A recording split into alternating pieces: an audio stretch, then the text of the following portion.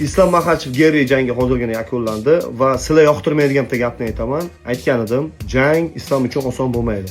Men kimdir yutadi, kimdir yutqizadi deb aniq aytmaganman. To'g'ri, islom yutishi mumkin, lekin qiynaladi deyilgan. Haqiqatan ham islom juda ham qiynaldi.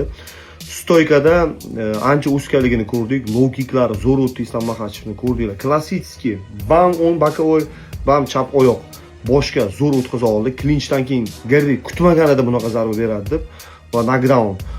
Xo'p, birinchi, ikkinchi raundni Islom oldi, 3-chi, 4-chi raund adashmasam Gerri olgan bo'lish kerak. Endi 4-chi raund sal savol ostida.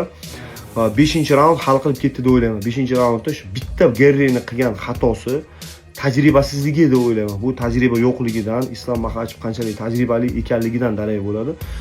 Bitta brasok va Islom Makhachev kontrol bilan olib ketdi jangni.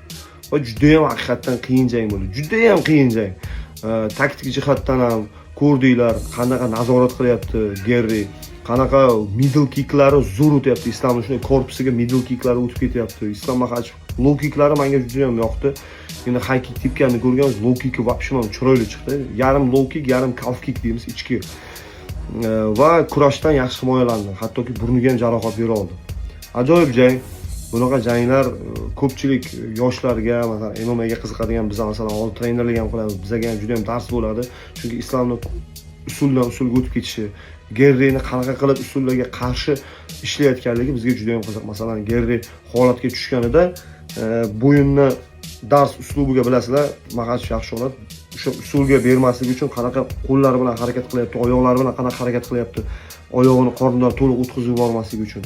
Mana bular menga juda ham qiziq bo'ldi. Va albatta islomni brasokdan brasokka o'tishi, ya'ni usuldan usulga o'tishi menga juda ham yoqadi. Bitta usul o'xshamadi, ikkinchisiga o'tyapti. Men do'stlar,